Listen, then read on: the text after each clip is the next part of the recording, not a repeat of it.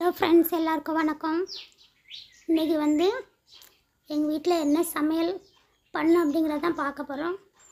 அதுக்கு முன்னாடி இது எங்கள் வீட்டுக்கு வெளியே பக்கத்து வீட்டில் நீங்கள் நல்லா கூர்ந்து பார்த்தீங்கன்னா தெரியும், ஒரு மாதிரி கெட்டி போட்டிருக்கு, இல்லை காய போட்டிருக்கு. அது வேறு ஒன்றும் இல்லை, அவங்க வீட்டில் ஆடு இறந்து போச்சு, அதனால் அது பேர் கொடிக்கறியாம். நானும் இங்கே தான் இதெல்லாம் பார்த்துருக்கேன். கொடிக்கறி போட்டிருக்காங்க. அவங்க போட்டுட்டு வெளியே போயிட்டாங்க. ஆனால் காக்கா மட்டும் நல்லா சாப்பிட்டுட்டு இருந்துச்சு. காலையிலேருந்து சாயந்தரம் வரை காக்கா ஃபுல்லாக அதில் தான் உட்காந்து சாப்பிட்டுட்ருக்கு. காக்காவுக்கு நல்ல விருந்து. எங்கள் வீட்டில் இன்றைக்கி புளி தண்ணியும் நிலக்கடலை துவையலும் கொஞ்சம் சோம்பலாக இருந்துச்சு, அதனால் சரி அப்படின்ட்டு புளி தண்ணியும் துவையலும் அரைக்கிறோம். தண்ணியும் துவையல் ரொம்ப சீக்கிரம் வேலை முடிஞ்சிடும். அம்மாவுக்கும் டயர்டாக இருந்துச்சு, அதனால் சரின்னு வைக்கலான்னு வச்சோம். அதுக்கு முன்னால் ஒரு கத்திரிக்காயும் ஒரு 4-5 வத்தலும் சுட்டு எடுத்துக்கிட்டோம். வத்தல் நம்ம காரம் எவ்வளோ சாப்பிட்றோமோ அதுக்கு தகுந்தாப்பில் சுட்டு எடுத்து வச்சுக்கோங்க. கத்திரிக்காயில் உள்ள தோலை நல்லா எடுத்துருங்க. அதுக்கப்புறம் கத்திரிக்காயை வெட்டி உள்ளெல்லாம் பார்த்துக்கோங்க, ஏன்னா சில நேரம் உள்ள புழு இருக்குது, சான்ஸ் இருக்குது. அதுக்கப்புறம் புளி கூட போட்டு பிணைஞ்சதுக்கப்புறம் எதுவும் பண்ண முடியாது, அப்புறம் தூர கொட்ட வேண்டியதாயிரும்.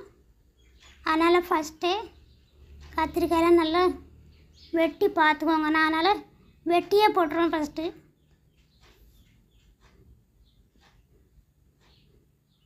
இது கிராமத்தில் அதிகமாக எப்பவும் வைக்கிறாங்க, எல்லார் வீட்லேயுமே. சிம்பிளாகவும் இருக்கும், அதே நேரம் டேஸ்ட்டாகவும் இருக்கும். இதுக்கு நாங்கள் இன்றைக்கி நிலக்கடலை துவையல் அரைச்சோம்.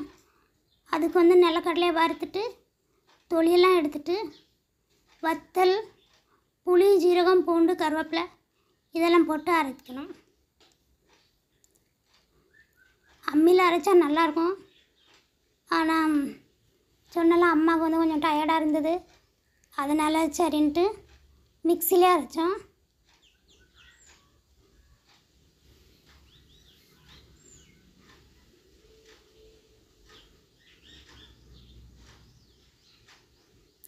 ஃபஸ்ட்டு இதை தனியாக ஒரு பாத்திரத்தில் கட் பண்ணி வச்சுக்கோங்க. புளியை ஒரு பாத்திரத்தில் எவ்வளோ புளிப்பு வேணுமோ அதுக்கு தகுந்தாப்பில் புளி போட்டு புளியை கொஞ்சம் நேரம் ஊற போட்டுருங்க.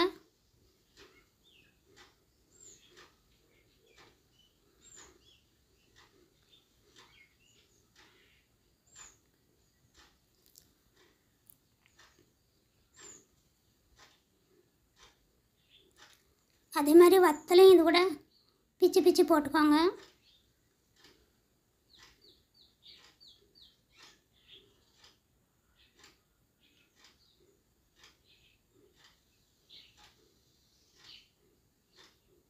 இது எனக்கு ரொம்ப பிடிக்கும்.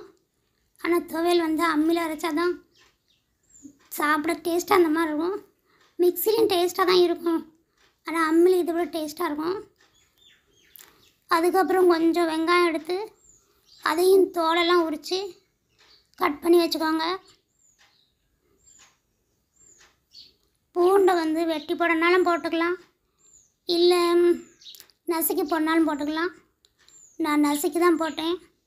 வெட்டி போடுறதோட நசுக்கி போட்டால் டேஸ்ட்டாக இருக்கும்.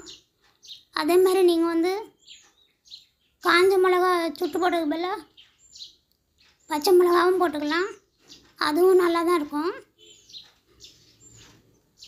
கத்திரிக்காவை போடாமலேயும் பண்ணலாம், நம்ம இஷ்டம். வீட்டில் எது இருக்கோ அதை வச்சு பண்ணிக்கலாம்.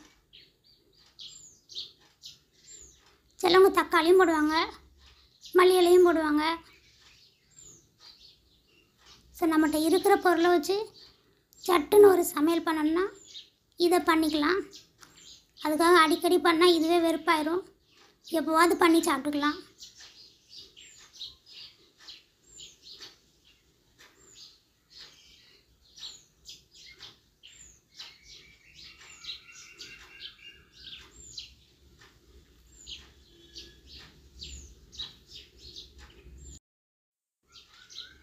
என்றைக்காவது ஆசைப்பட்டால் சிக்கன் வாங்கிக்கிறோம். சண்டே தான் சிக்கன் அப்படிலாம் கிடையாது. ஏன்னா சண்டே அதிகமாக வாங்கவும் மாட்டோம். சண்டே வாங்கிட்டு சண்டே மட்டும் தான் வெட்டுவாங்க சிக்கன். வாங்கிட்டு அதுக்கப்புறம் குழம்பு வச்சுட்டுலாம் சர்ச்சுக்கு போகிறதுக்கு நேரம் ஆயிரும். 10 மணி சர்ச்சுக்கு போவாங்க அம்மா. அதனால் என்றைக்காவது நாசரத்துக்கு வெளியே போனாங்கன்னா ஆசைப்பட்டால் அன்னைக்கு வாங்கிக்கணும், அவ்வளோதான். அப்புறம் மீனும் வரும். வெள்ளிக்கிழமை, செவ்வாய்க்கிழமை, ஞாயிற்றுக்கிழமை 3 நாளும் வராது. மீன் வந்து ஒரே மீன் தான் வந்த மாதிரி இருக்கும். சாலை மீன் இல்லைன்னா வாழை மீன். வாழை மீனில் முள் நிறையா இருக்கும், அதனால் சாப்பிட பிடிக்காது. சாலை மீன் எப்பவும் சாப்பிட்டு அதுவும் போர் அடிச்சு போச்சு. பூண்டு எப்படின்னு நான் கத்தி வச்சு நசுக்கிக்கிட்டேன். அதே மாதிரி நீங்கள் நசுக்கிக்கோங்க, இல்லைன்னா சின்ன சின்ன பீஸாக வெட்டி போட்டாலும் நடக்கும். அப்புறம் மட்டன் வந்து நாங்கள் எடுக்க மாட்டோம். ஏன்னா மட்டன் நான் சாப்பிட மாட்டேன். அதனால் நானும் அம்மா தான் இருக்கோம். அதனால் சிக்கன் எடுப்பாதான் சொன்னாலும் எப்பயாவது எடுத்துக்கிறோம். இந்த புளியை நல்லா நனையப்பட்டிருக்கீங்களா, அது ஃபஸ்ட்டு அதோட சாரெல்லாம் எடுத்துக்கோங்க. தனியாக ஒரு பாத்திரத்தில் எடுத்துக்கோங்க. ஏன்னா அந்த புளி வந்து நம்ம பிசைஞ்சிட்டு பார்த்தோம்னா கீழே நிறைய ஒரு மாதிரி தூசி மண் மாதிரி புளியில் உள்ள தோடெல்லாம் இருக்கும். அதனால் ஃபஸ்ட்டு தனியாக அப்படி புளியெல்லாம் பிசைஞ்சிட்டு வடிகட்டிக்கோங்க.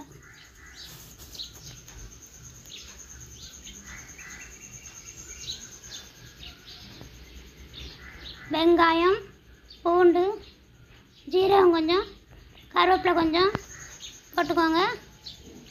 அப்புறம் அதை வந்து அந்த ஃபஸ்ட்டு நம்ம கட் பண்ணி ஃபஸ்ட் நம்மளா கத்திரிக்காய், வத்தல் இது கூட மிக்ஸ் பண்ணி வச்சுக்கோங்க.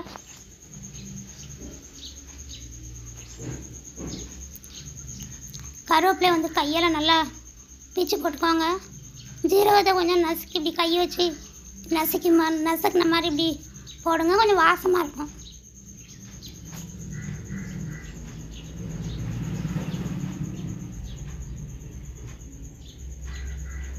எனக்கு வந்து இதுதான் சாப்பிட்ணும் அதுதான் சாப்பிட்லாம் கிடையாது. ஏதோ ஒன்று கிடைச்சது சாப்பிட்டுக்குவேன். ஆனால் ரொம்ப வந்து சிக்கன் பிரியாணி தான் பிடிக்கும்.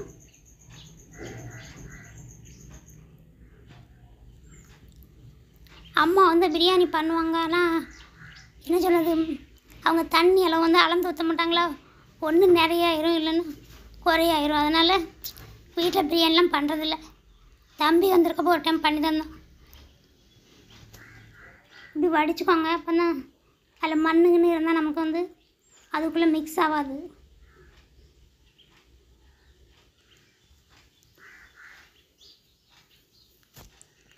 எதுக்காகவும் வாழ்க்கையில் கவலை மட்டும் படாதீங்க. ஏன்னா கவலைப்படுறதுனால நீங்கள் வந்து எதையுமே சாதிக்கெல்லாம் முடிய போகிறதில்ல. நம்மளாம் நிறைய கவலைப்பட்டு இப்போ வெறுத்து போச்சு. நல்லா அப்படி கையை வச்சு பிசைஞ்சுக்கோங்க.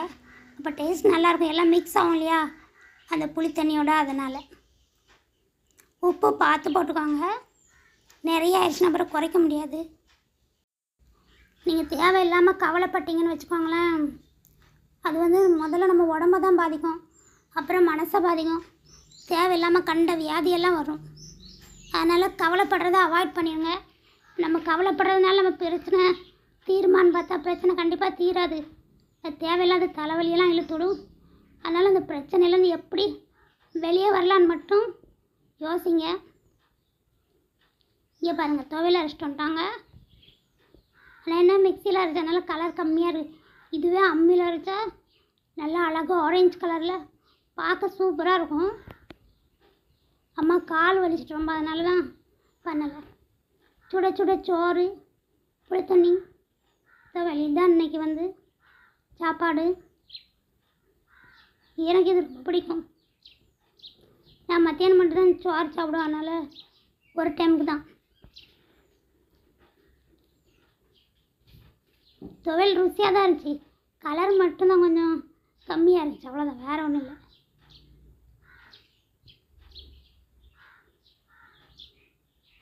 நீங்கள் அம்மியில் அரைச்ச பாருங்க, நல்லாயிருக்கும். சாப்பிட பார்த்து உண்மையிலே செம்ம டேஸ்ட்டாக இருந்துச்சு. எப்பவுமே அம்மா தான் அதிகமாக புளி பண்ணுவாங்க, இன்றைக்கி நான் பண்ணிச்சேன். புளித்தண்ணியும் துவையலும் சூப்பர். நீங்களும் இது மாதிரி பண்ணி பாருங்கள், வீட்டில் நல்லாயிருக்கும். கண்டதை நினச்சி மனசெல்லாம் குழப்பாதீங்க, கவலைப்படாதீங்க. ஏன்னா காக்காவுக்கு கடவுள் சூப்பரான கறி விருந்து கொடுத்துருக்கப்போ உங்கள் கஷ்டத்தில் கடவுள் உங்களை கைவிடுவாரா? கண்டிப்பாக கைவிட மாட்டார். உங்கள் பிரச்சனைக்கு கண்டிப்பாக தீர்வு இருக்கும். மீண்டும் அடுத்த வீடியோவில் சந்திப்போம். நன்றி, பாய்.